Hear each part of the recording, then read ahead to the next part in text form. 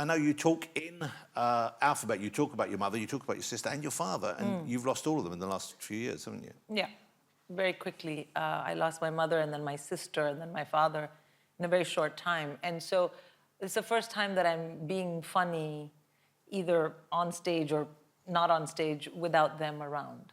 And that's it. It didn't occur to me how novel that would feel, novel in a strange way.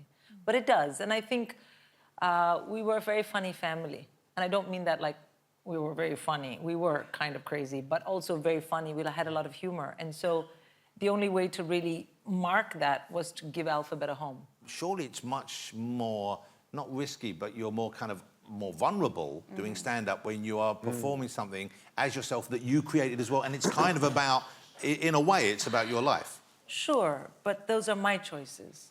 And they're my words, and I get to write the jokes, and I get to see if you find them funny. And the thing about stand-up, I find, is that when I do stand-up and I say, okay, and I think to myself, here comes a joke, and if it lands, and I'm hoping that you laugh, and you laugh, that's the complete story.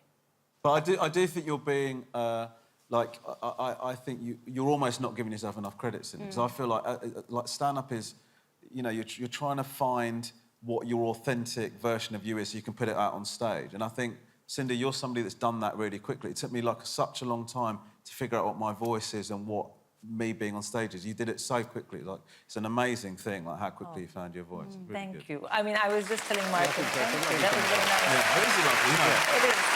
I think, I do, you know, if I don't want to go on, but I do think there is a space on chat shows to be nice to other people. I do think thank you. that is something that should be that should be encouraged and celebrated, particularly in these current times where self-esteem is so hard to come by, you know?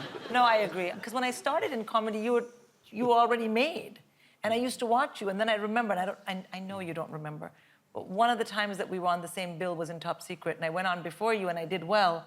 And when I came off, we'd never really exchanged any words. You looked at me and said, thanks, mate. I'm going to have to go up to that. It was the biggest compliment I'd ever gotten. Yeah. Wow. That's really sweet. Although,